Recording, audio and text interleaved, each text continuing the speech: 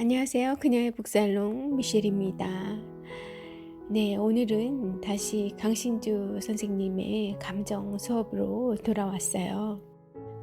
일본의 노벨 문학상 수상 작가인 오에 겐자부로의 개인적인 체험이라는 소설을 소개해 드리려고 합니다.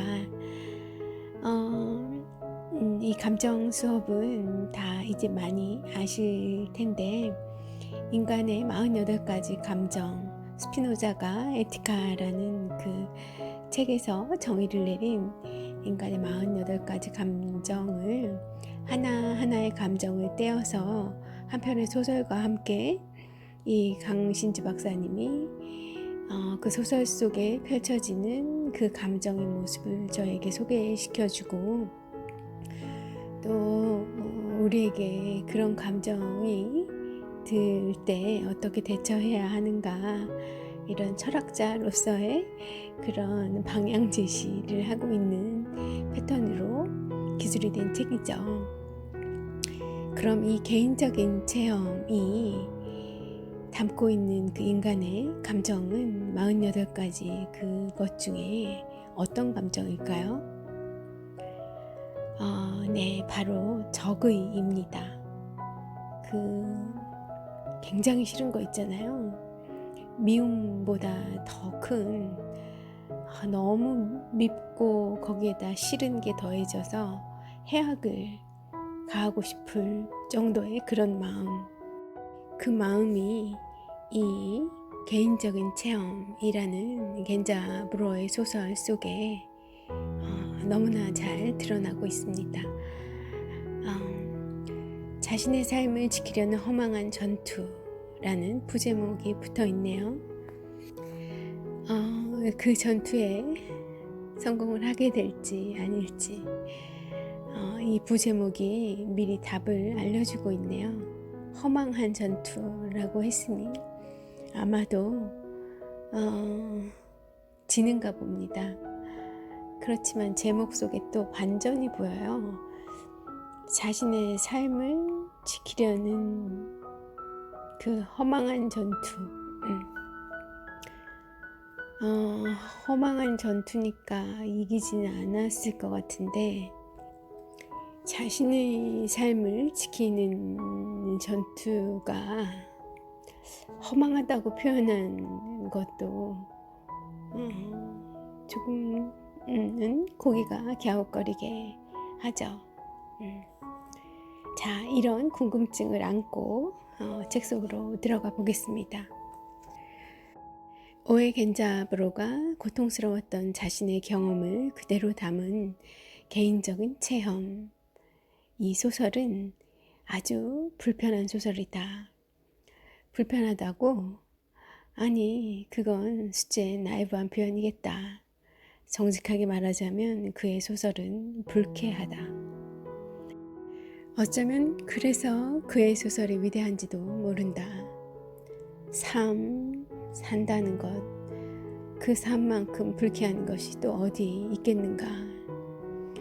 그런 불쾌한 삶을 입을 앙 다물고 응시한다는 것, 그건 비범한 정신이 아니면 감당하기 힘들지도 모른다. 작가의 분신이라고 할 수 있는 주인공 버드는 지금 날카로운 칼날 위에 맨발로 서 있다. 그의 아이가 뇌헤르니아라는 선천적 질병을 가지고 태어났기 때문이다. 뇌의 많은 부분이 외부로 튀어나온 채로 태어난 것이다. 버드의 아이는 혹시 살아남는다 해도 평생을 불구로 살아갈 수밖에 없는 운명이었던 것이다. 버드의 고민은 단순하다. 결코 정상이 될 가능성이 없는 장애아를 죽을 때까지 짊어지는 무거움 속에서 살 것인가, 아니면 무거운 삶을 포기하고 아이를 죽이는 죄책감을 안고 살 것인가. 이렇게 칼날 위에 서 있는 버드는 어느 쪽으로 뛰어내리든 그를 반기는 건 날카로운 가시들 뿐이다. 그렇지만 결정을 해야만 한다. 마냥 서 있다가는 발에서 피가 멈추지 않을 테니까. 진퇴양난도 이런 진퇴양난이 없다. 그래서 작가는 버드의 입을 빌려 당시 자신의 고뇌를 이야기했던 적이 있다. 자, 소설 속 문장 읽어 드릴게요. 개인적인 체험 중에서도 혼자서 그 체험의 동굴을 자꾸 나아가다 보면 마침내 인간 일반에 관련된 진실의 전망이 열리는 샛길로 나올 수 있는 그런 체험이 있지. 그런 경우 어쨌든 고통스러운 개인에게는 고통 뒤에 열매가 주어지는 것이고, 그런데 지금 내가 개인적으로 체험하고 있는 이 고역이란 놈은 다른 어떤 인간 세계로부터도 고립되어 있는 자기 혼자만의 수혈을 절망적으로 깊숙이 파들어가는 것에 불과해. 같은 암흑 속 동굴에서 고통스레 땀을 흘리지만 나의 체험으로부터는 인간적인 의미의 단 한 조각도 만들어지지 않거든. 불모의 수치스러울 따름인 지긋지긋한 웅덩이를 파고 있는 거야. 표현이 참 좋죠. 내용은 슬프지만 표현은 정말 우리 정도의 차이는 있지만 살면서 이렇게 느껴질 때 그런 경험들 없는 사람은 또 없잖아요. 이리 가도 막혀 있고 저리 가도 막혀 있고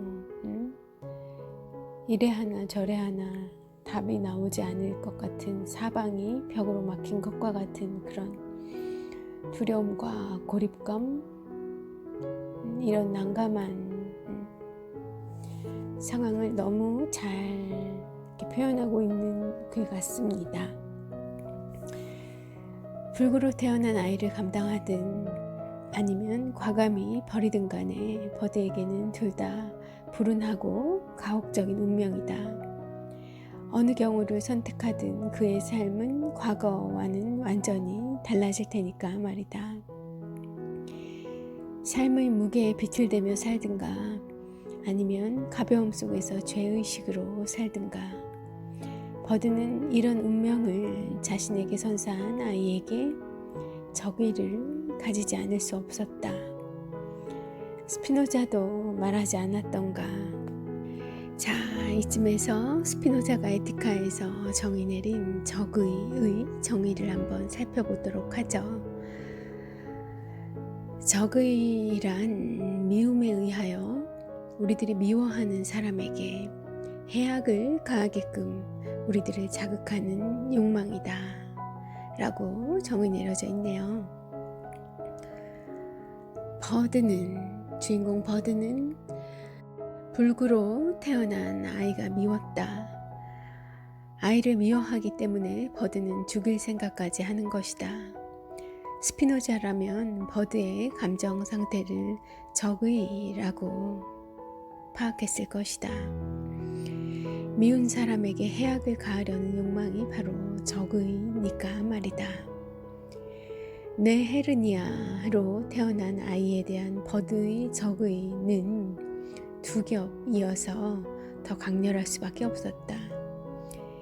이렇게 칼날 위에 서게 만든 아이니까 적의를 한번 품게 되었고, 자신에게 평생 동안 감당하기 힘든 삶의 무게를 얹어줄 아이이니만큼 그 한 겹의 적의가 더 둘러지는 것이다. 그래서 버드가 아이를 죽이는 선택으로 한 걸음 더 다가가는 것은 어쩌면 당연한 반응인지도 모른다. 문제는 그런 버드를 이기주의자라도 되는 듯이 비난하고 경멸하는 주변의 시선이다.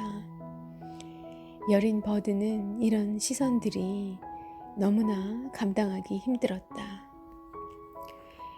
만일 아내로부터 사랑을 받고 동시에 아내를 사랑했다면 버드는 불구가 된 아이를 기꺼이 삶의 무게로 받아들였을지도 모른다. 사랑하는 두 사람에게 불구로 태어난 아이는 비록 가볍지는 않을지라도 충분히 감당할 만한 무게일 테니까. 그렇지만 이혼마저 심각하게 고려할 정도로 버든 아내와 어떤 정신적 교감도 없었다. 그래서일까 버드는 대학 시절 여자친구 히미코를 만나 결여된 사랑을 채우고 있었던 것이다. 섹스를 나누는 사이라면 누구든지 그 관계를 통해 서로 어떤 존재인지 가장 분명하게 이해하는 법이다. 일시적으로 성욕을 풀기 위한 것이 아니라면 남녀의 섹스는 두 사람의 전체 실존을 주고받는 행위니까 말이다. 자, 관련된 소설 속 문장 또 한 문단 읽어 드려볼게요. 버드에게 있어서 이제 히미코의 성기는 단순하고 확실하며 그곳엔 어떤 미세한 공포의 배아도 숨어 있지 않았다. 그것은 무언가 정체를 알 수 없는 것이 아니라 부드러운 합성 수지로 만든 주머니처럼 단순한 물건 그 자체였다. 거기서 요괴가 나타나 그를 못살게 구는 일 따위는 있을 수 없으리라. 버드는 깊이 안도하고 있었다. 아마도 그것은 히미코가 철저하고 노골적으로 쾌락만을 꾀하는 것으로 그들의 성교를 한정했기 때문이었다. 버드는 서로 멈칫멈칫해가며 언제까지나 위험하게 느껴지던 아내와의 성교에 관해 생각했다. 결혼한 지 몇 년이 지난 지금도 버드 부부는 성교를 할 때마다 우울한 심리적 충돌을 되풀이했다. 버드의 지나치게 길고 둔탁한 팔다리가 혐오감을 극복하기 위해 위축되고 굳어있는 아내의 몸 이곳저곳에 부딪힐 때마다 그녀는 얻어맞기라도 한 듯한 인상을 받는 것이다. 와, 내용을 떠나서 표현이 진짜 노벨 문학상에 빛나는 작가 오에 겐자부로 맞습니다. 이 묘사된, 이 설명된 이런 상황이라고 하면 정말 버드에게 히미코라는 존재가 있어서 다행이네요. 사람이 죽으라는 법은 없나 봐요. 뭔가 이렇게 해소를 할 수 있는, 아니면 이 따뜻한 기운, 글쎄 이건 아닌 것 같은데, 뭔가 좀 이해받을 수 있는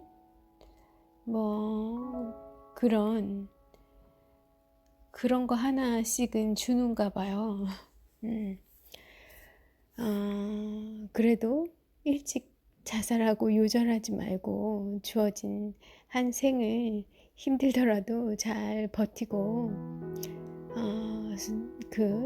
당신에게 주어진 그 수명까지 잘 시간을 보내다가 오라고, 이런 꼭 사람이나 애인이 아닐 수도 있을 것 같고, 어떤 애완동물이거나 아니면 어떤 물건이거나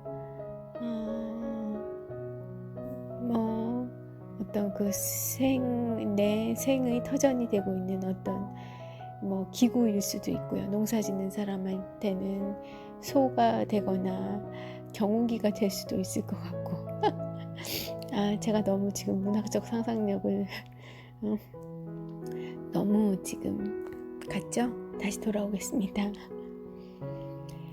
사랑은 상대방이 내 앞에 있을 때 느끼는 기쁨이다.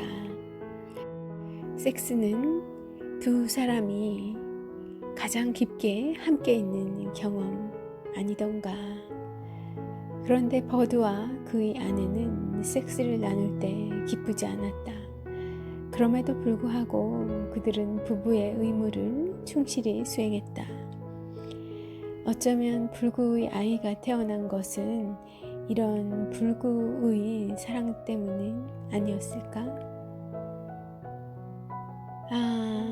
사실 이런 것은 모두 사후적인 생각일 수밖에 없다. 사랑과 섹스가 무슨 상관이 있으며 사랑과 아이의 탄생 사이에 무슨 관련이 있겠는가. 사랑하지 않더라도 아이는 태어날 수 있고 아무리 사랑해도 아이는 태어나지 않을 수도 있다. 강 박사님의 이런저런 생각들이 펼쳐지고 있습니다. 사랑에 대한, 섹스에 대한, 그리고 그런 사랑과 섹스의 결과물인 또 소중한 생명체에 대한 그런 생각들이요. 제 눈에 들어오는 문구는 이 부분에 자꾸 눈길이 머물고 있어요. 어쩌면 불구의 아이가 태어난 것은 이런 불구의 사랑 때문이 아니었을까. 처음에 이 문장을 봤을 때는 그래, 문장이 멋은 있다. 그런데 불구의 아이가 태어난 것이 불구의 사랑 때문이었을 거다. 세상에, 불구의 사랑이 아닌 그런 온전한, 완전한 사랑이 도대체 얼마나 된다고. 사랑해서 결혼하고 아이를 탄생하게 될 때까지, 그때까지의 사랑은 무결점의 그런 완벽한 사랑일까요? 아이를 낳게 되는 그런 관계에도, 그런 관계의 결실에도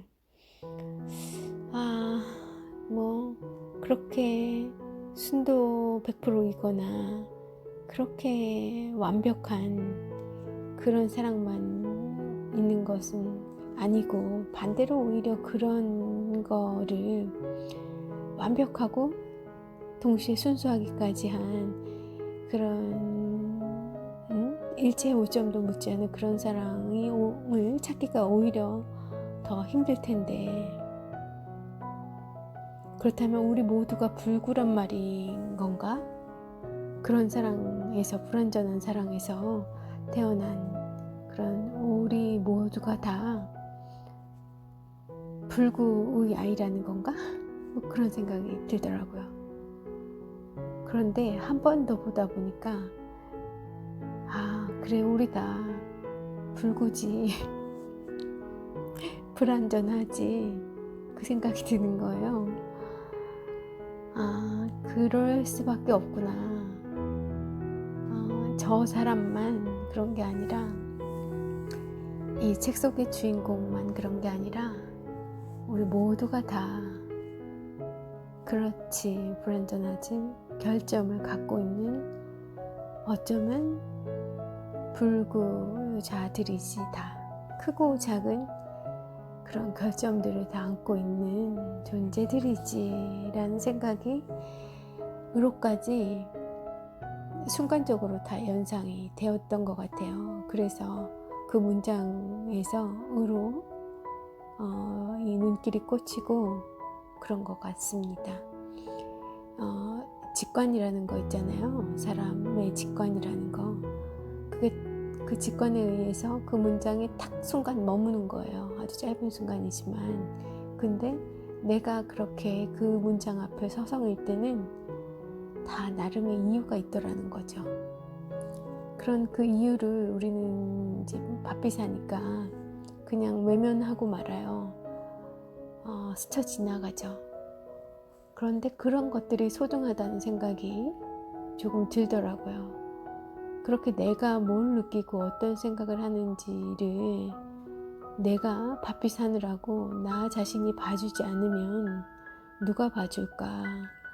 그리고 그렇게 내가 뭐 때문에 바쁜지도 모르면서 그런 정말 중요한 것들은 어쩌면 그런 발견, 나에 대한 발견, 그런 것들이 결국은 쭉 이어져서 내가 어떻게 살고 싶은가, 어떤 삶으로, 어떤 존재로 살아야겠구나, 그런지 나의 정체성과 마이웨이를 발견해 가는데 중요한 단초들인데, 무엇이 그리 급하다고 그런 것들을 그렇게 내 몸이 신호를 보내주고 있는 그런 순간들, 그런 직관들을 놓치고 흘리고 살아가는가 하는 생각이 좀 들어요. 그래서 요즘은 이런 책을 읽으면서 또 제가 낭독해 드리면서 이상하게 뭐 그런 반응이 왔던 그런 문장들이, 그런 것들이 있으면 그냥 한 번 더 시간을 그 문장한테 주는 거예요. 제가 지금 이 책과 관련된 얘기를 하고 있으니까 이 문장 앞에 머무는다고 이야기하지만, 그런 거지만 사실 인생을 살면서 이 독서의 케이스가 아닌 다른 경우에도 그런 나에게 질문이나 불현듯 떠오르는 어떤 그런 생각들이 드는 순간이 무수히 많죠. 어느 상점 앞을 지나는데, 아니면 어떤 사람과 대화를 한다거나 어떤 강연자의 강연을 들을 때, 아니면 어떤 그 장소에 갔을 때, 그런 순간들을, 그런 나와의 데이트들을 놓치지 말으셨으면 제안을 드리고 싶네요. 자, 또 너무 한참 같습니다. 얼른 돌아올게요. 어쨌든 히미코가 없었다면 나약하고 여린 버드, 우리 주인공 이 버드는 자기 아이를 죽일 생각도 못했을 것이다. 최소한 히미코는 사회적 의무에서는 자유로운 여자였고, 아프리카를 열망했던 버드와 기꺼이 함께하려는 마음을 품고 있었으니까. 그렇다, 히미코는 버드를 무척 사랑하고 있었던 것이고, 이건 버드도 마찬가지였다. 불구로 태어난 아이에 대한 적의 진정한 대상은 어쩌면 아내와의 사랑 없는 그 삶이었는지도 모른다. 그런데 지금 불구로 태어난 아이는 버드에게 결단을 요구하고 있는 것이다. 아내와의 사랑 없는 삶을 계속 살아갈지, 아니면 히미코와 사랑을 나누며 살아갈지.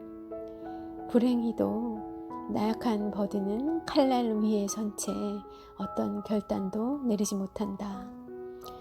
그렇게 버드가 주저하고 있는 사이에 불구가 된 아이는 수술을 받게 되는데, 다행인지 불행인지 아이의 문제는 사실 뇌헤르니아처럼 심각한 질병이 아니라 단순 육종으로 확인이 된다.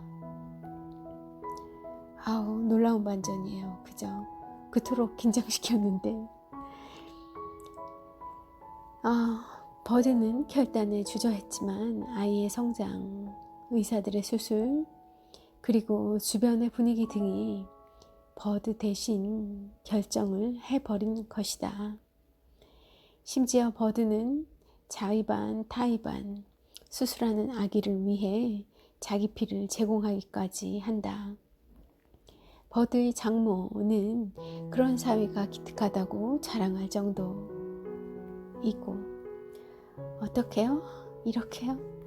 버드는 엄청난 활약을 했어요. 라고요. 많은 사람들은 개인적인 체험, 이 소설을 훌륭한 성장 소설이라고, 중등의 성장 소설이 아니라 그런 성인의, 중년의 성장 소설이겠네요. 많은 사람들은 이 책을 그런 훌륭한 성장 소설이라고, 그리고 작가는 이 소설을 통해 자신의 이기적인 행복을 버리고 인류애를 기원하는 성숙한 인격으로 변모했다고들 말한다, 평한다, 뭐 그런 내용이겠죠. 그러나 이제 강신주 박사님은 다른 의견을 또 내놓으시겠죠. 들어보세요. 과연 이런 평가가 사실일까? 분명 버드가 불구가 된 아이에게 적의를 거두게 된 것은 사실이다. 그렇지만 버드가 스스로 저기를 거두었던 적은 한 번도 없다. 그저 주변의 변화에 따라 저기를 거두는 방향으로 변했을 뿐이다. 이것이 정말 성장일 수 있을까? 성장이라고 해도 너무나 기이한 성장 아닐까? 그래서 불행에 맞서 도망가지 않고 잘 싸웠다고 말하는 어느 교수의 칭찬에 힘없이 대꾸하던 버드의 말이 우리를 아프게 한다. 이렇게 이야기하는 문장이 소설 속에 있습니다. 들어보세요. 아니요, 저는 여러 번 도망치려 했었죠. 하지만 이 현실의 삶을 살아낸다고 하는 것은 결국 전통적으로 살도록 강요당하는 것인 모양이네요.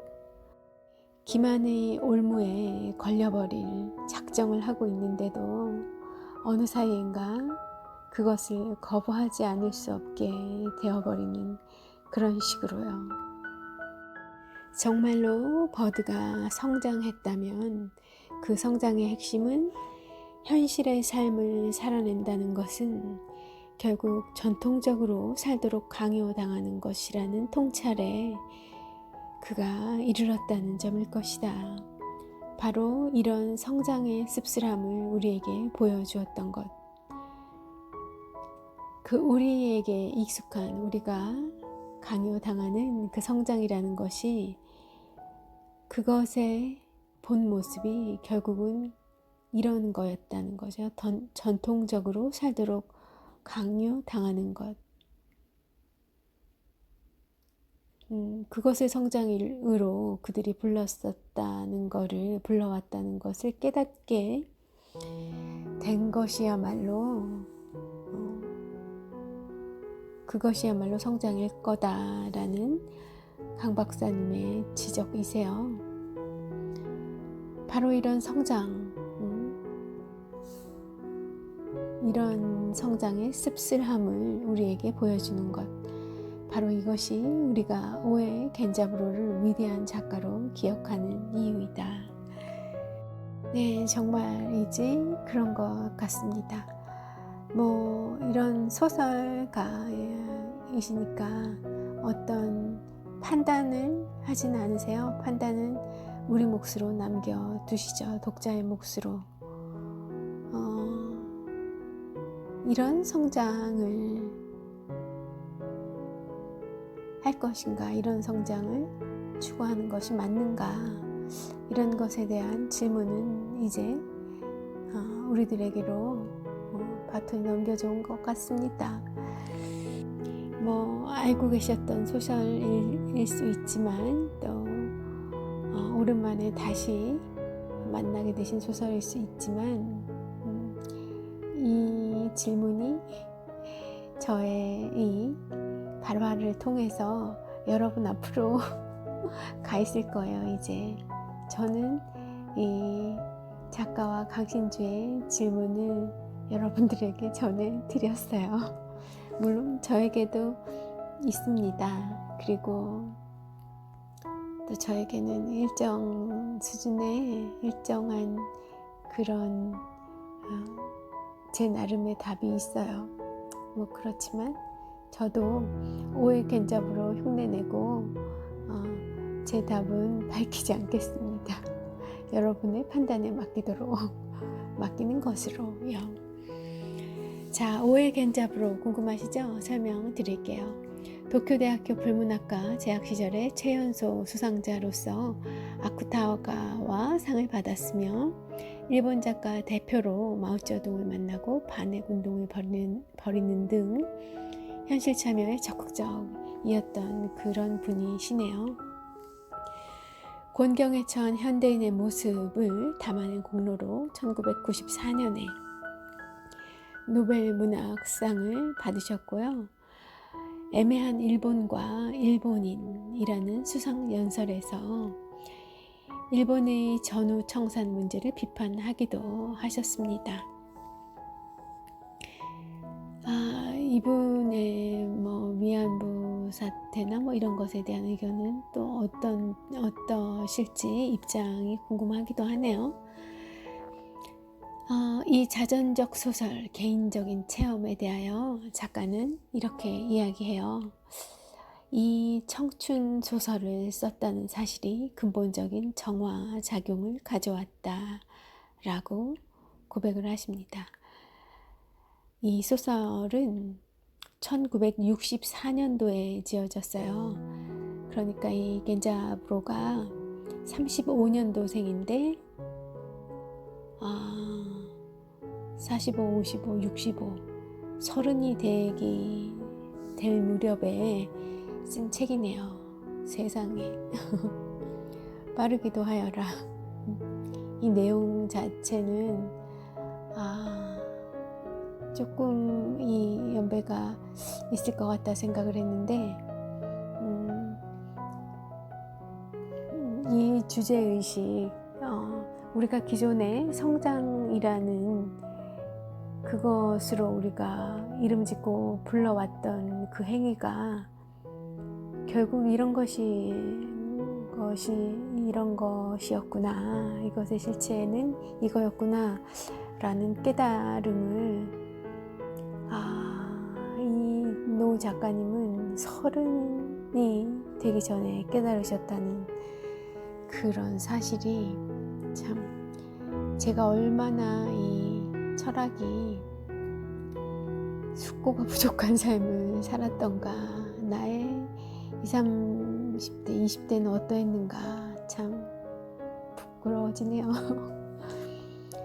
자, 소설 속 문장 한번 한 토막 나와 있는 것도 소개해 드려보죠. 버드의 아기가 아직 살아있다고 한다면 버드는 곧장 특수화실로 향해 갔어야 한다. 하지만 이미 죽어버렸다면 아기의 시체 해부와 화장 절차를 상의하기 위해 소아과 의국으로 출두해야만 한다. 특수화실로 가느냐, 소아과 의국으로 출두하느냐, 이건 도박이었다. 버드는 의국을 향해 걷기 시작했다. 그는 자신이 아기의 죽음 쪽에 운을 걸었다는 사실을 의식의 표면에 확실히 고정시켰다.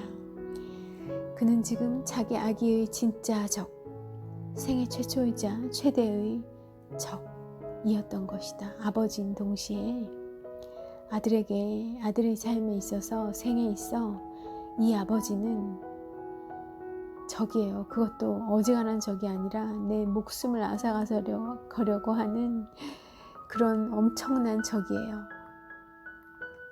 버드는 떳떳하지 못하다고 느꼈고, 만일 영원한 생명이 있고 심판하는 신이 있다면 자신을 유죄라고 생각했다.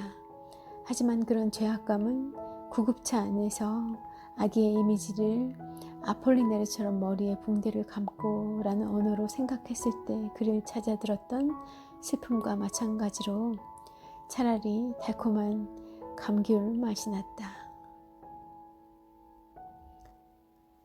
그래요. 얼마나 괴로웠으면, 얼마나 벗어나고 싶었으면 그럴까 싶기도 합니다.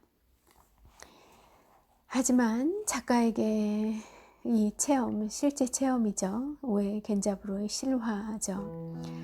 하지만 작가에게 그 아들은 아버지를 위대한 소설가로 만들어준 존재다. 머리에 부상을 입고 태어나 지적 장애를 비롯한 온갖 장애를 짊어지고 성장해가는 아들과의 공생을 때로는 계기 삼아, 때로는 있는 그대로 주제 삼아 집필 작업을 해온 것이다. 그리하여 작가로서의 나의 생애를 아들과 같이 결정했다고 말할 수도 있는 사건에 대해 최초로 청춘 소설로서 존재하는 것이 바로 개인적인 체험이다. 현재 오에이 겐자브로의 아들 히카리는 장애인이지만 작곡가로 활동하고 있다. 그래요. 이 고통스러운 삶을 너무 멋지게 승화시키고 있는 작가였네요. 예. 문장도 너무 참 좋아서 노벨 문학상 빛나는 작가는 이 정도 되어야 하는가 봅니다. 자, 철학자의 어드바이스, 강 박사님의 그래서 우리는 어떠해야 하는가 라는 메시지를 좀 확인해 보죠. 어떤 사람과 함께 있을 때 슬픔과 우울함을 느낀다면 우리는 그 사람을 미워하게 된다. 자신에게 우울함과 슬픔을 안겨주는 사람을 어떻게 미워하지 않을 수 있겠는가. 그렇지만 미움은 적의에 비하면 그나마 상황이 나은 감정이라고 할 수 있다. 왜냐하면 적의는 그 미움의 대상에게 구체적인 해악을 가하려는 욕망이기 때문이다. 그러니까 단순히 미워하는 정도를 넘어서 어떤 한 사람을 파괴하려는 음모를 꾸미고 그것을 실행하려고 할 때 우리는 적의라는 무서운 감정에 사로잡힌 것이다. 사무실의 동료가 애써 준비한 PPT 자료를 훼손하거나 회식 자리에서 직장 상사의 신발을 다른 곳에 숨긴 적은 없는가? 아니면 상대방이 의자에 앉으려고 할 때 그 의자를 빼고 싶은 충동을 느끼거나 아니면 신혼의 행복함에 젖어 있는 동료에게 당신의 남편이 어느 여자랑 즐겁게 이야기하던데요 라면서 음해한 적은 없는가? 이 모든 것들은 모두 적의로부터 나온 행동들이다.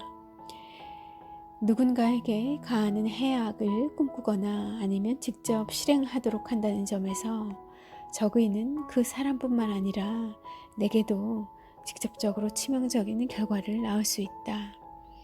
형법에 저촉될 수 있는 결과를 만들 수도 있으니까 말이다. 그럼에도 불구하고 적의라는 감정은 우리로 하여금 구체적인 행동을 하도록 자극한다. 그러니까 이 분노 조절이 안 되는 거죠. 미움 조절이 안 돼서 결국은 어떤 행위로 좋지 않은 극단적인 행위로 분출하게끔 하는 그런 좀 파괴적인 감정인 겁니다. 어쨌든 적의는 비록 뒤틀려 있기는 하지만 아주 강렬한 그런 욕망임에는 분명하다. 저버리기 힘든 누그러뜨리기 힘든 처치곤란의 그런 욕망인 거죠. 그러니까 적의에 사로잡힌 사람은 상대방을 해치는 구체적인 해악에 성공하지 못했을 때는 엄청난 결핍감을 느끼게 되고 반대로 그 나의 구체적인 계략 복수에 복수도 아니고 복수는 내가 당했을 때 그러는 건데 이거는 아직 구체적으로 뭘 당한 것도 아닌데 괜히 밉고 싫은 그런 상황일 경우가 더 많을 거거든요. 그럼 나의 그 구체적인 그 괴롭히려는 계략이 그 계획이 성공했을 때는 하늘에 뛰어오를 듯한 성취감을 느낀다는 거죠. 반대의 경우에는 엄청난 결핍감과 성공했을 경우에는 또 그 극단의 성취감을 조울이 따로 없습니다. 이 적이란 감정이 그런 감정이라는 거죠. 그러니 적의를 느끼는 사람과는 하루속히 결별하는 것이 좋다. 그렇지 않으면 그 사람도 나도 모두 적의라는 감정에 산산이 파괴되어 버릴 수도 있으니까 말이다. 이게 강 박사님의 어드바이스의 핵심이군요. 적의를 느끼는 사람과 하루속히 결별하라. 이거는 강 박사님의 생각이고 오에겐자 브로가 이 삶을 통해 스스로 승화시키고 있는 그 적이라는 감정, 긴 인생을 통해서 승화를 시키고 있고 그 적이라는 그 감정이 잃었던 건 분명 사실이지만 그 순간은 30세 무렵에 이 소설을 씀으로써 정화작용을 거쳤다라고 이야기하는 것처럼 그런 적의도 지나가는 한때의 감정이 아닐까 싶어요. 그래서 강 박사님의 이런 어드바이스대로 결별을 택할 수도 있고, 또 오해 겐자부로처럼 이렇게 시간을 두고 지켜봐 줌으로써 그 적이라는 감정이 스스로 이 오르고 내리는 과정을 거쳐서 내 삶의 또 어떤 하나의 자양관으로 자리 잡게끔 하는 것도 또 좋은 방법이지 않을까. 저는 그런 생각을 해봅니다. 뭐 하나가 반드시 이래야 한다, 이게 맞는 어드바이스다, 이런 건 좀 이제 거부감이 들더라고요. 여러분은 어떻게 이 소설이, 이 스토리가, 이 작가가 어떻게 다가왔을지 모르겠는데요. 아마 좀 강렬하고, 그리고 나에게 어떤 질문을 던져주는 그런 작가라는 점에는 많이들 공감하시지 않을까 싶습니다. 네, 오늘은 여기까지 할게요. 함께 해주셔서 감사하고요. 미셸이었습니다. 좋은 하루 되십시오.